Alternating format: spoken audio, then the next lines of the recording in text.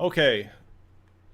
Um, this is for Conspiracy Underground, sort of a little bit of an extension from the video I made about him uh, right here yesterday or whatever it was.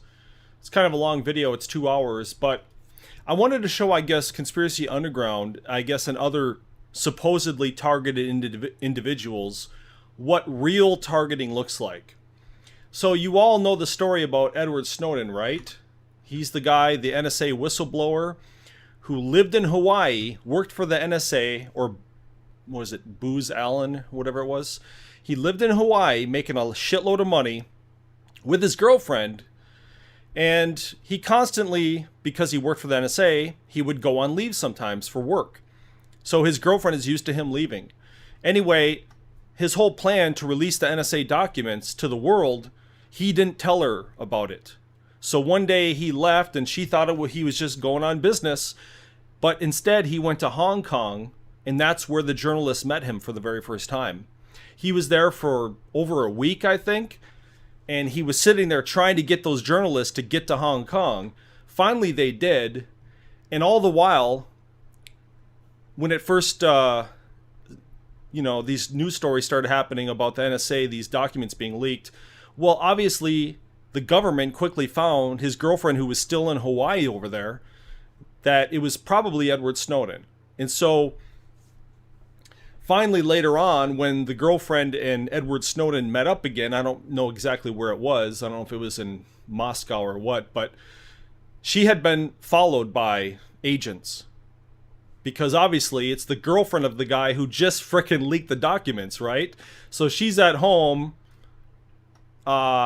Obviously I can't draw. So she's at home, she's going doing errands and shit like that, and guess what? People are fucking following her, watching her every fucking move, trying to see if they can find where Snowden was. So this poor lady actually wrote her whole experience in her diary, which is published in the second to the last chapter of Edward Snowden's book from 2019. So it's relatively new. So I'm just going to do the chapter. It's about 25 minutes. I got the audiobook here ready to go, and I'm going to play it. Now, keep in mind, targeted individuals claim that they're basically more targeted than this woman, which is insane, because this is the girlfriend of Edward Snowden, and not even her. I don't think she was as targeted as much as TIs consider themselves to be. So think about it. You're some nobody, and yet you think all these fucking agents and other shit are bothering you. Yet this woman, who's clearly the fucking girlfriend of the guy who worked for the NSA, they're bugging her, but not even to the degree that they're supposedly bugging you. So think about it. This is basically the max of how much they'll target you, considering every fucking government agency in the US wanted to get their hands on Snowden. She was probably the most targeted ever in recent memory. So let's hear her story. These are her diary entries from that time. Chapter 28. From the Diaries of Lindsay Mills. As far away from home as I was, my thoughts were consumed with Lindsay. I've been wary of telling her story, the story of what happened to her once I was gone. The FBI interrogations, the surveillance, the press attention, the online harassment, the confusion and pain, the anger and sadness. Finally, I realized that only Lindsay herself should be the person to recount that period. No one else has the experience, but more than that, no one else has the right. Luckily, Lindsay has kept a diary since adolescence, using it to record her life and draft her art. She has graciously agreed to let me include a few pages here. In the entries that follow, all names have been changed except those of family, some typos fixed, and a few redactions made. Otherwise, this is how it was from the moment that I left Hawaii. 5/22/2013. Stopped in at Kmart to get a lei, trying to welcome Wendy with proper aloha spirit, but I'm pissed. Ed's been planning his mother's visit for weeks. He's the one who invited her. I was hoping he'd be there when I woke up this morning. On the drive back to Waipahu from the airport, Wendy was worried. She's not used to him having to go away on a moment's notice. I tried to tell her this was usual, but it was usual when we lived overseas, not in Hawaii. and I can't remember any other time that Ed was away and wasn't in touch. We went to a nice dinner to distract ourselves, and Wendy talked about how she thought Ed was on medical leave. It didn't make any sense to her that he'd be called away for work while on medical leave. The moment we got home, Wendy went to bed. I checked my phone and found I had 3 missed calls from an unknown number and 1 missed call from a long foreign number. No voicemails. I Googled the long foreign number. Ed must be in Hong Kong. 5/24/2013. Wendy was home all day alone, thoughts just running circles in her brain. I feel bad for her and can only console myself by thinking how Ed would handle having to entertain my own mother by himself. Over dinner, Wendy kept asking me about Ed's health, which I guess is understandable given her own history of epilepsy. She said she's worried that he had another seizure, and then she started crying, and then I started crying. I'm just realizing that I'm worried too. But instead of epilepsy, I'm thinking, what if he's off having an affair? Who is she? Just try and get through this visit and have a good time. Take a puddle jumper to the Big Island, to Kilauea, the volcano as planned. Once Wendy goes back, reassess things. 6/3/2013. Brought Wendy to the airport to fly back to Maryland. She didn't want to go back, but she has work. I took her as far as I could go and hugged her. I didn't want to let go of the hug. Then she got in line for security. Came home to find Ed's Skype status has changed to, sorry, but it had to be done. I don't know when he changed it. Could have been today, could have been last month. I just checked on Skype and happened to notice it. I'm crazy enough to think he's sending me a message. 6/7/2013. Woke up to a call from NSA Special Agent Megan Smith asking me to call her back about Ed. Still feeling sick with fever. I had to drop off my car at the auto body shop, and Todd gave me a ride back on his Ducati. When we pulled onto the street, I saw a white government vehicle in the driveway and government agents talking to our neighbors. I've never even met the neighbors. I don't know why, but my first instinct was to tell Todd to keep driving. I ducked my head down to pretend to look for something in my purse. We went to Starbucks, where Todd pointed out a newspaper, something about the NSA. I tried to read the headlines, but my paranoia just ran wild. Is that why the white SUV was in my driveway? Is that the same SUV in the parking lot outside this Starbucks? Should I even be writing this stuff down? Went home again and the SUV was gone. Took some meds and realized I hadn't eaten. In the middle of lunch, cops showed up at the kitchen window. Through the window, I could hear them radioing that someone was inside the residence. By someone, they meant me. I opened the front door to 2 agents and a Hawaii Police Department officer. They were frightening. The HPD officer searched through the house as Agent Smith asked me about Ed, who'd been due back at work on May 31st. The HPD officer said it was suspicious when a workplace reported someone missing before the person's spouse or girlfriend did. He was looking at me like I killed Ed. He was looking around the house for his body. Agent Smith asked if she could see all the computers in the house, and that made me angry. I told her she could get a warrant. They left the house, but camped out on a corner. San Diego, 6/8/2013. I got a little afraid that TSA wouldn't let me leave the island. The TVs in the airport were all full of news about the NSA. Once on board the plane, I emailed Agent Smith and the HPD missing persons detective that my grandma was having open-heart surgery, requiring me to be off-island for a few weeks. The surgery isn't scheduled until the end of the month, and it's in Florida, not San Diego, but this was the only excuse I could think of for getting to the mainland. It was a better excuse than saying, I just need to be with my best friend Sandra, and also it's her birthday. When the wheels left the ground, I fell into a momentary coma of relief. When I landed, I had a raging fever. Sandra picked me up. I hadn't told her anything because my paranoia was off the charts, but she could tell that something was up, that I wasn't just visiting her for her birthday. She asked me if Ed and I had broken up. I answered, maybe. 6/9/2013. I got a phone call from Tiffany. She asked how I was doing and said she was worried about me. I didn't understand. She got quiet. Then she asked if I'd seen the news. She told me Ed had made a video and was on the homepage of the Huffington Post. Sandra hooked up her laptop to the flat screen. I calmly waited for the 12-minute YouTube video to load. And then there he was. Real. Alive. I was shocked. He looked thin, but he sounded like his old self. The old Ed, confident and strong. Like how he was before this last tough year. This was the man I loved. Not the cold, distant ghost I'd recently been living with. Sandra hugged me and I didn't know what to say. We stood in silence. We drove out to Sandra's birthday barbecue at her cousin's house on this pretty hill south of the city, right on the Mexican border.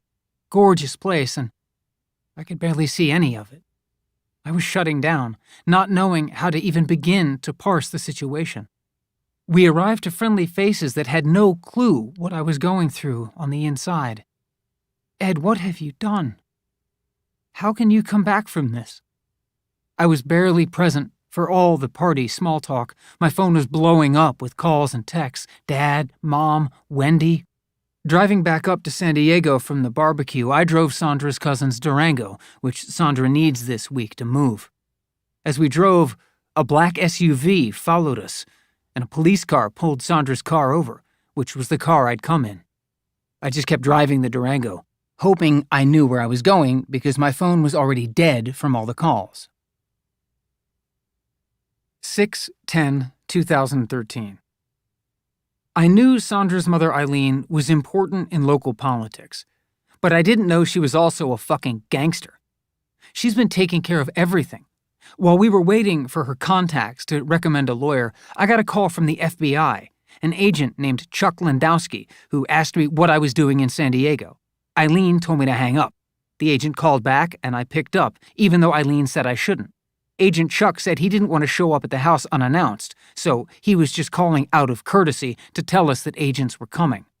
This sent Eileen into overdrive. She's so goddamn tough, it's amazing. She had me leave my phone at the house, and we took her car and drove around to think. Eileen got a text from a friend of hers recommending a lawyer, a guy named Jerry Farber, and she handed me her phone and had me call him. A secretary picked up, and I told her that my name was Lindsay Mills, and I was the girlfriend of Edward Snowden and needed representation. The secretary said, "Oh, let me put you right through." It was funny to hear the recognition in her voice. Jerry picked up the phone and asked how he could help. I told him about the FBI calls, and he asked for the agent's name so he could talk to the feds. While we waited to hear back from Jerry, Eileen suggested we go get burner phones, one to use with family and friends, one to use with Jerry. After the phones, Eileen asked which bank I kept my money at. We drove to the nearest branch, and she had me withdraw all of my money immediately in case the feds froze my accounts. I went and took out all my life savings, split between cashier's checks and cash. Eileen insisted I split the money like that, and I just followed her instructions. The bank manager asked me what I needed all that cash for, and I said life. I really wanted to say STFU, but I decided if I was polite, I'd be forgettable. I was concerned that people were going to recognize me since they were showing my face alongside Ed's on the news. When we got out of the bank, I asked Eileen how she'd become such an expert at what to do when you're in trouble. She told me, very chill, "You get to know these things as a woman. Like you always take the money out of the bank when you're getting a divorce." We got some Vietnamese takeout and took it back to Eileen's house and ate it on the floor in the upstairs hallway. Eileen and Sandra plugged in their hairdryers and kept them blowing to make noise as we whispered to each other, just in case they were listening in on us. Lawyer Jerry called and said we had to meet with the FBI today. Eileen drove us to his office, and on the way, she noticed we were being followed. It made no sense. We were going to a meeting to talk to the feds, but also the feds were behind us, 2 SUVs and a Honda Accord without plates. Eileen got the idea that maybe they weren't the FBI. She thought that maybe they were some other agency or even a foreign government trying to kidnap me. She started driving fast and erratically, trying to lose them, but every traffic light was turning red just when we approached it. I told her that she was being crazy. She had to slow down. There was a plainclothes agent by the door of Jerry's building. He had government written all over him. We went up in the elevator, and when the door opened, 3 men were waiting. 2 of them were agents, 1 of them was Jerry. He was the only man who shook hands with me. Jerry told Eileen that she couldn't come with us to the conference room. He'd call her when we were finished. Eileen insisted that she'd wait. She sat in the lobby with an expression on her face like she was ready to wait for 1,000,000 years. On the way to the conference room, Jerry took me aside and said he'd negotiated limited immunity, which I said was pretty meaningless, and he didn't disagree. He told me never to lie, and that when I didn't know what to say, I should say I don't know and let him talk. Agent Mike had a grin that was a bit too kind, while Agent Leland kept looking at me like I was an experiment and he was studying my reactions. Both of them creeped me out. They started with questions about me that were so basic, it was like they were just trying to show me that they already knew everything about me. Of course they did. That was Ed's point. The government always knows everything. They had me talk about the last 2 months, twice, and then when I was finished with the timeline, Agent Mike asked me to start all over from the beginning. I said, the beginning of what? He said, tell me how you met. 6/11/2013. Coming out of the interrogation, exhausted, late at night, with days of interrogation ahead of me. They wouldn't tell me how many exactly. Eileen drove us to meet Sandra for dinner at some diner, and as we left downtown, we noticed we still had our tails. Eileen tried to lose them by speeding and making illegal U-turns again, and I begged her to stop. I thought her driving like that just made me look worse. It made me look suspicious. But Eileen is a stubborn mama bear. In the parking lot of the diner, Eileen banged on the windows of the surveillance vehicles and yelled that I was cooperating, so there was no reason for them to be following. It was a little embarrassing, like when your mother sticks up for you in school, but mostly I was just in awe. The nerve to go up to a vehicle with federal agents and tell them off.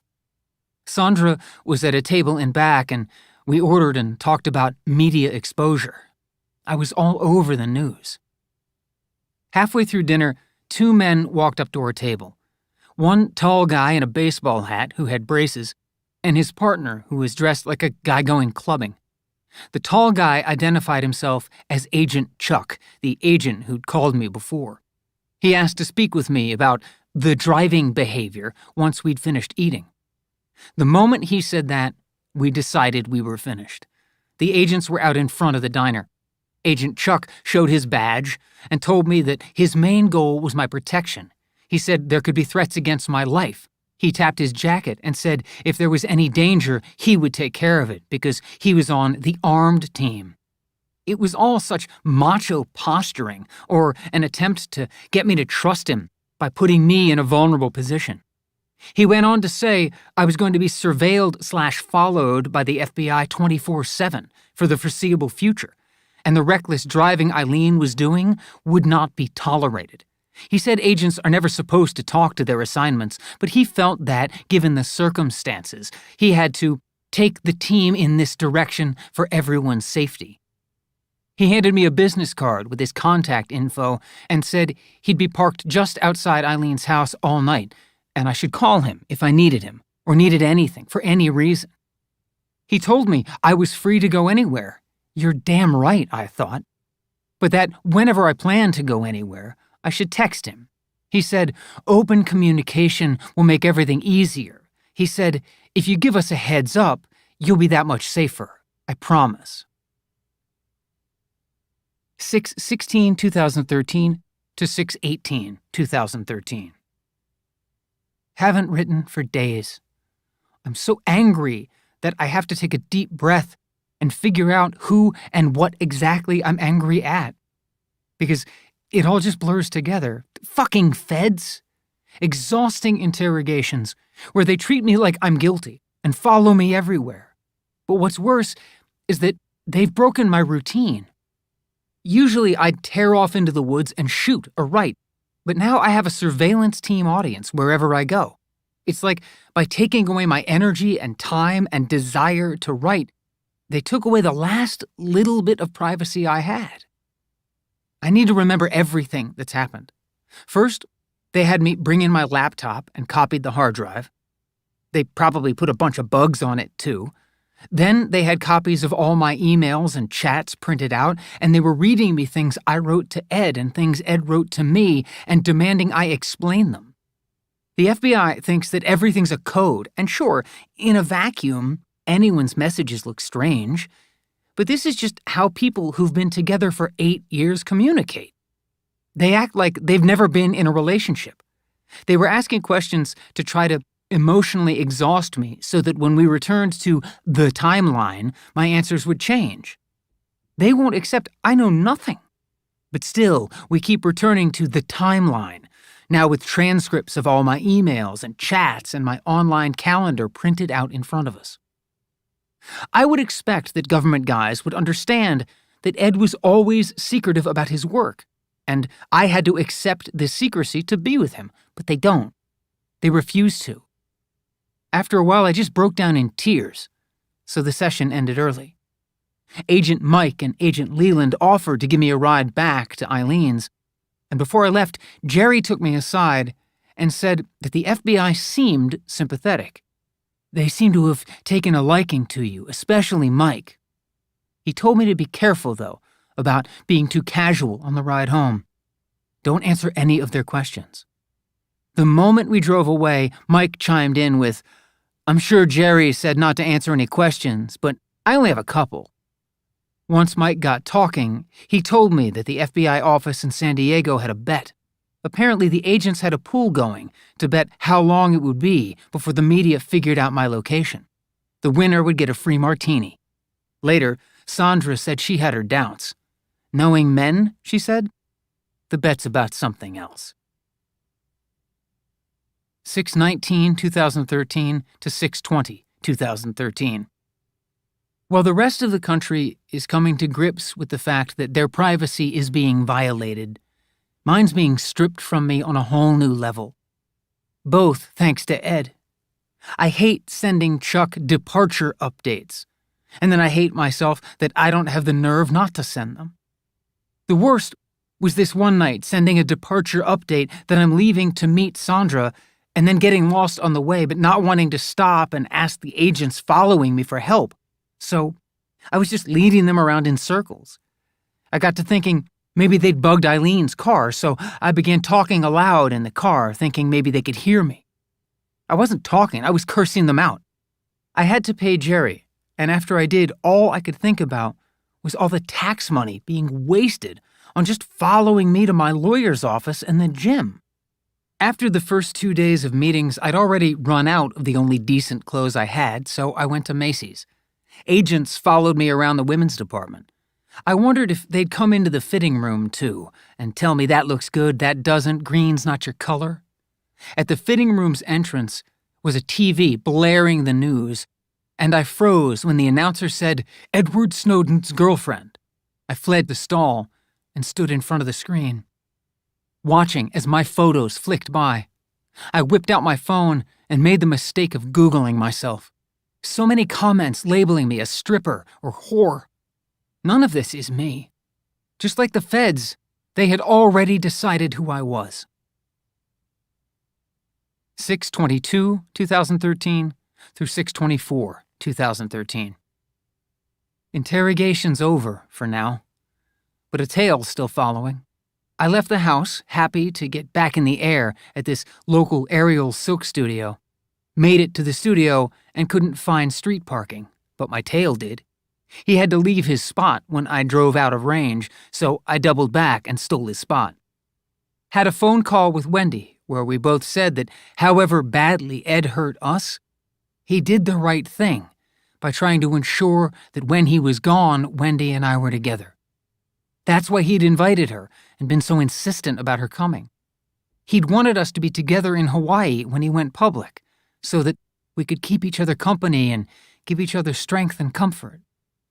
It's so hard to be angry at someone you love, and even harder to be angry at someone you love and respect for doing the right thing. Wendy and I were both in tears, and then we both went quiet. I think we had the same thought at the same time. How can we talk like normal people when they're eavesdropping on all our calls? 6/25/2013. LAX to HNL. Wore the copper-colored wig to the airport, through security, and throughout the flight. Sandra came with. We grabbed a gross pre-flight lunch in the food court.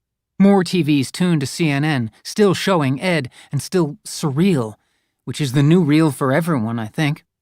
Got a text from Agent Mike telling me and Sandra to come see him at Gate 73. Really? He came up to LA from San Diego? Gate 73 was roped off and empty. Mike was sitting waiting for us on a row of chairs. He crossed his legs and showed us he was wearing an ankle pistol, more macho bullshit intimidation. He had paperwork for me to sign in order for the FBI to release Ed's car keys to me in Hawaii. He said 2 agents would be waiting for us in Honolulu with the key. Other agents would be with us on the flight. He apologized that he wasn't coming personally. Ugh. 6/29/2013. Been packing the house for days now, with only minor interruptions from the FBI coming by with more forms to sign. It's torture going through everything.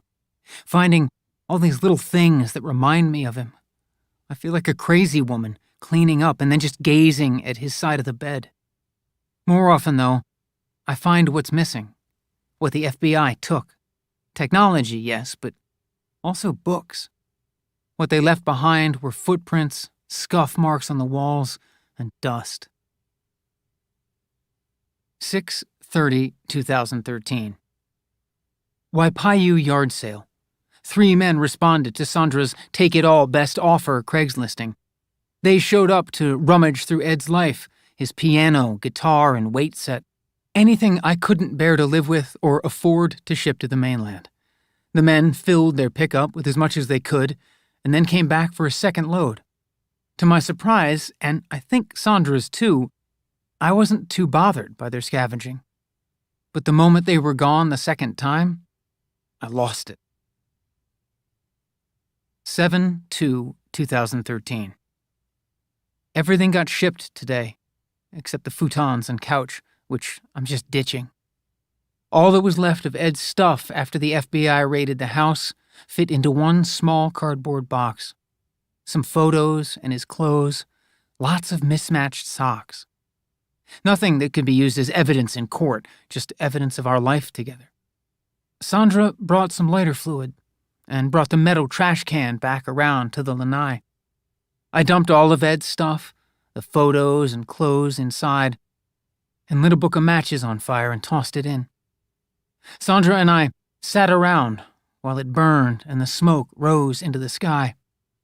The glow and the smoke reminded me of the trip I took with Wendy to Kilauea, the volcano on the Big Island. That was just over a month ago, but it feels like years in the past. How could we have known that our own lives were about to erupt, that volcano Ed was going to destroy everything?